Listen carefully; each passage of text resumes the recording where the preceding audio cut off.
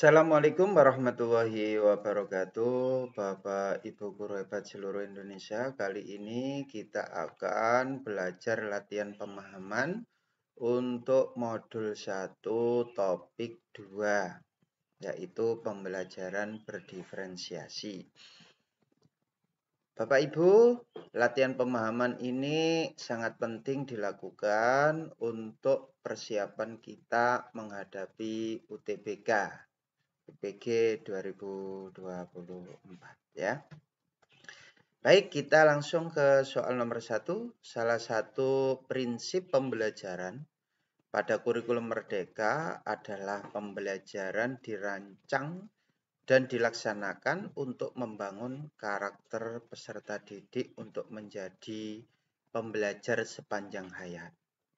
Berdasarkan prinsip tersebut, beberapa pernyataan berikut merupakan kegiatan yang dapat dilakukan guru kecuali. Nah, ini di sini adalah ada penekanan kecuali. Jadi kegiatan yang dapat dilakukan guru kecuali. Nah, kita cari yang kecuali ya. Yang A, guru memastikan setiap aktivitas pembelajaran selalu diiringi dengan pemberian tugas. Apakah setiap aktivitas pembelajaran harus diiringi dengan pemberian tugas? Tidak ya Bapak Ibu ya. Tidak selalu diiringi dengan pemberian tugas ya. Jadi di sini ini bisa jadi kecuali ini nanti ya. Kemudian yang B, guru mendorong peserta didik melakukan refleksi. Ya, ini jelas ini ya. Jadi kita biasakan untuk melakukan refleksi di akhir pembelajaran ya. Untuk memahami kekuatan diri dan potensi yang perlu dikembangkan. Yang C, guru senantiasa memberikan umpan balik langsung yang mendorong kemampuan. Ya, betul ini ya. Kita harus memberikan umpan balik. Kemudian guru memberikan proyek yang ditujukan untuk mendorong pembelajarannya mandiri untuk mengeksplorasi ilmu pengetahuan. Ya, ini biar jadi pembelajar sepanjang hayat ya. Guru memvariasikan kompleksitas atau tingkat kesulitan tugas untuk mengakomodasi peserta didik dengan berbagai tingkat kesiapan ya. Jadi kita harus mengetahui tingkat kesulitan tugas tersebut berdasarkan apa? Berdasarkan kesiapan belajar siswa. Jadi kita sesuaikan dengan kesiapan belajar siswa. Jadi di sini yang kecuali kegiatan yang dapat dilakukan guru kecuali yang ini ya. Jadi aktivitas pembelajaran itu tidak selalu diiringi dengan pemberian tugas ya. Oke, selanjutnya yang nomor 2. Sebelum melaksanakan pembelajaran, Pak Hafid mengadakan asesmen awal untuk mengetahui profil belajar peserta didiknya. Dari hasil asesmen awal tersebut diketahui bahwa 45% peserta didik memiliki kecenderungan gaya belajar visual. Kemudian 15% kinestetik dan 40% auditori. Pak Hafid juga memperoleh informasi bahwa secara umum peserta didiknya memiliki kecenderungan minat yang relevan dengan gaya belajar masing-masing. Berdasarkan data tersebut, Pak Hafid merencanakan pembelajaran berdiferensiasi pada elemen proses. Nah, ini perlu digarisbawahi pada elemen proses sebagai berikut kecuali. Nah, pada elemen proses, diferensiasi proses ya, kecuali. Nah, kecuali yang mana? Nah, ini kita coba untuk menggali satu persatu. Yang A, guru memberikan semua didik untuk mempelajari sumber belajar dalam bentuk modul digital interaktif. Nah, ini berarti nanti masih masuk proses ya. Selama prosesnya ada modul digital interaktif, itu artinya modulnya ini bervariasi ya di sini ya selama prosesnya. Kemudian peserta didik diberi kebebasan untuk mengkreasikan pembuatan. Nah, kalau ini nanti masuknya ke produk ini ya. Karena nanti ketika presentasi itu ada yang bentuk laporan tertulis, ada yang bentuk PowerPoint, ada yang bentuk video, ada yang bentuk poster. Jadi ini nanti masuk ke diferensiasi produk. Jadi yang kecuali adalah yang B ini ya. Yang C ini masuk proses. Misalnya diminta mengamati, mendiskusikan isi video untuk memperoleh pengetahuan baru. Nah, jadi tadi digital interaktif, terus yang ini video ya, sesuai dengan gaya belajar tadi ya. Guru memberikan kesempatan melakukan praktek bermain. Nah, ini untuk yang kinestetik ya. Nah, jadi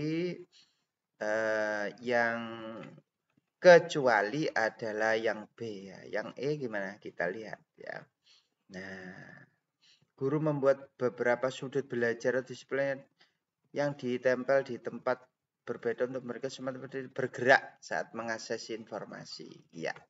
Jadi ini masih dalam taraf proses. Yang dalam elemen produk itu berarti yang ini ya. Yang B. Jadi jawaban yang kecuali adalah yang B jawabannya ya.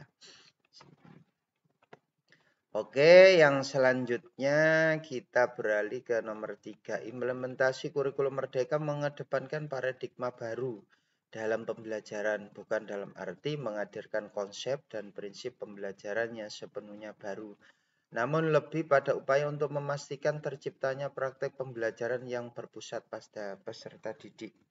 Penerapan paradigma baru dalam pembelajaran dimaksud tergambar dari beberapa kegiatan berikut. Ini kecuali lagi ini ya.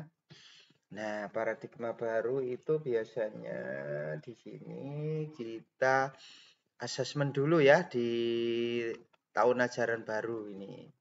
Ya, untuk mencari tahu kesiapan belajarnya kita asesmen ya. Asesmen awal ya.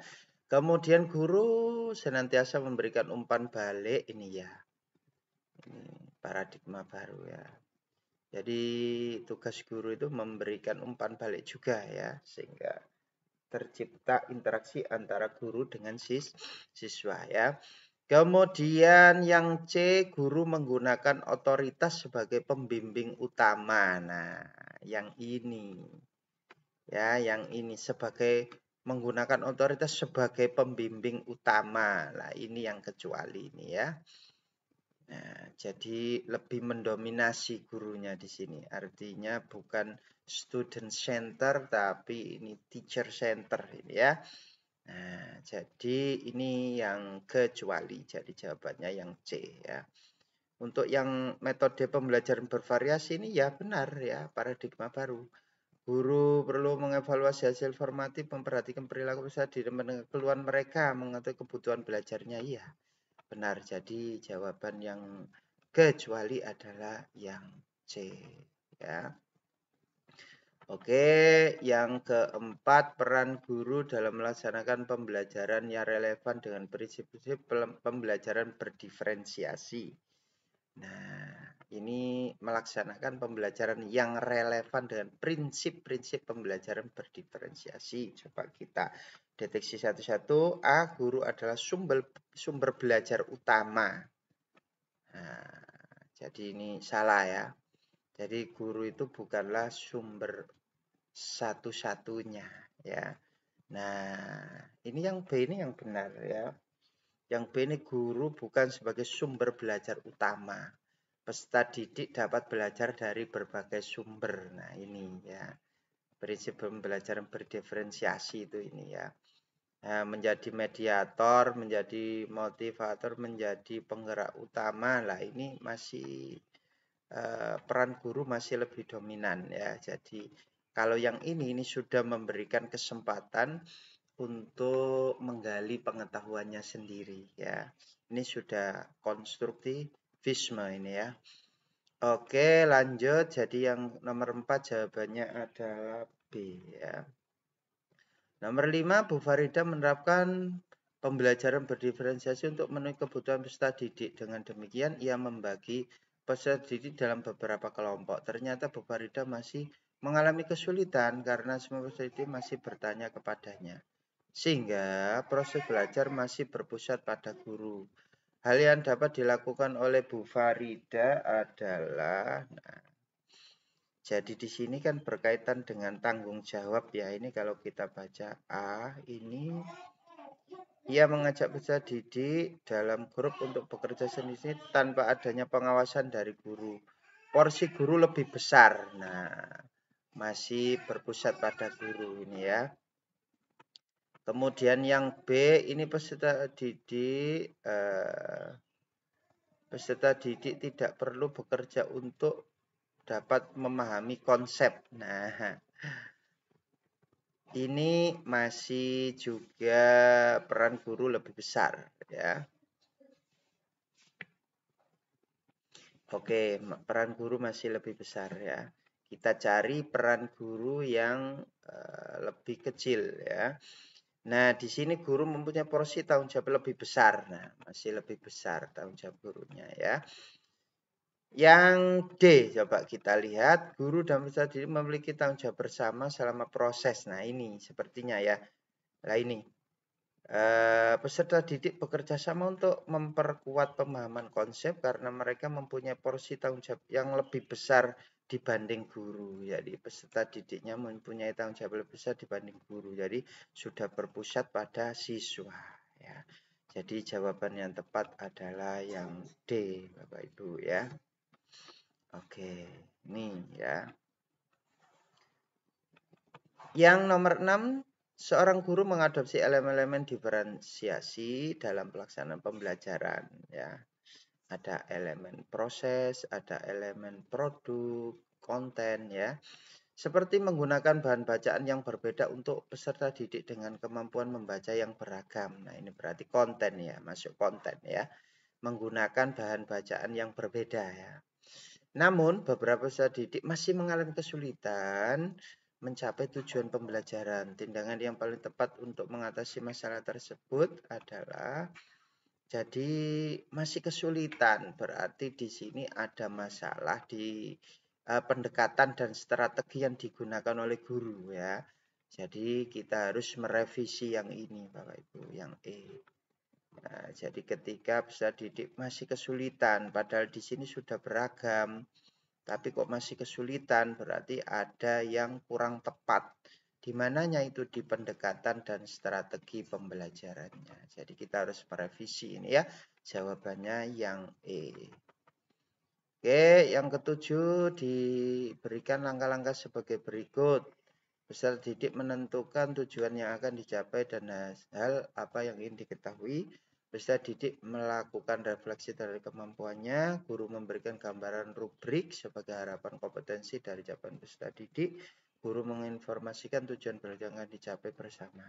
Alur tahapan yang perlu dilakukan oleh guru peserta didik untuk merumuskan tujuan pembelajaran. Nah, untuk merumuskan tujuan pembelajaran yang pertama yaitu guru menginformasikan dulu ya. Diberikan informasi, setelah diberikan informasi, kemudian apa Bapak Ibu? Di sini diberikan informasi, setelah itu yang ketiga memberikan gambaran rubrik ya, harapan dari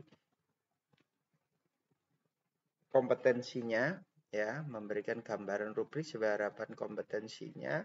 Setelah itu baru peserta didik melakukan refleksi terhadap kemampuannya.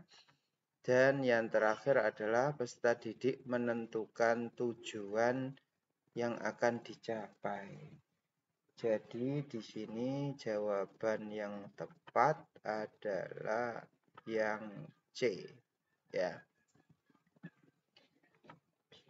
Oke, selanjutnya seorang guru melaksanakan pembelajaran pada topik tertentu. Ia mendapati bahwa belum pernah memperoleh topik tersebut. Hal yang perlu dilakukan pada awal kegiatan biasanya kita melakukan persepsi ya, mengaitkan pembelajaran dengan kehidupan nyata siswa. Jadi di sini menguraikan secara umum materi yang ingin diajarkan, memantik pengetahuan peserta didik terkait materi tersebut, mengaitkan materi dengan pembelajaran dalam kehidupan sehari-hari. Ini yang harus dilakukan ya. Nah, ini yang harus dilakukan Bapak Ibu. biasanya di awal itu kita melaksanakan apresepsi, mengaitkan pembelajaran dengan kehidupan sehari-hari siswa. Oke, yang ke-9, Ibu Tini menemukan beberapa peserta didik yang belum mencapai tujuan pembelajaran, sehingga mereka memerlukan kegiatan remedial. Langkah yang paling tepat untuk menyelesaikan masalah tersebut adalah, jadi siswanya belum mencapai tujuan pembelajarannya, belum tercapai, ya, maka dilakukanlah remedial. Langkah yang paling tepat untuk menyelesaikan masalah tersebut adalah dengan melaksanakan kegiatan berdiferensi proses dan konten, ya, yang memerlukan remedial. Jadi diberikan materi yang beragam di sini sehingga nantinya akan tercapai untuk tujuan pembelajarannya. Prosesnya juga begitu, ya. Nah, jadi jawaban yang tepat adalah yang A, ya. Oke, yang nomor 10. Berdasarkan elemen yang perlu dipertimbangkan dalam menerapkan pembelajaran berdiferensiasi adalah sebagai berikut. Nah, ini yang perlu dipertimbangkan ketika kita menerapkan pembelajaran berdiferensiasi, yang pasti adalah nanti kebutuhan peserta didik, ya. Terus kondisi kelas, ya. Untuk yang lainnya ini adalah pengecualian, ya. Kecuali berarti ya ini, ya. Jadi nanti jawabannya adalah yang nomor 1 dan 2. Nomor 1 dan 2. Jadi ini yang perlu kita pertimbangkan.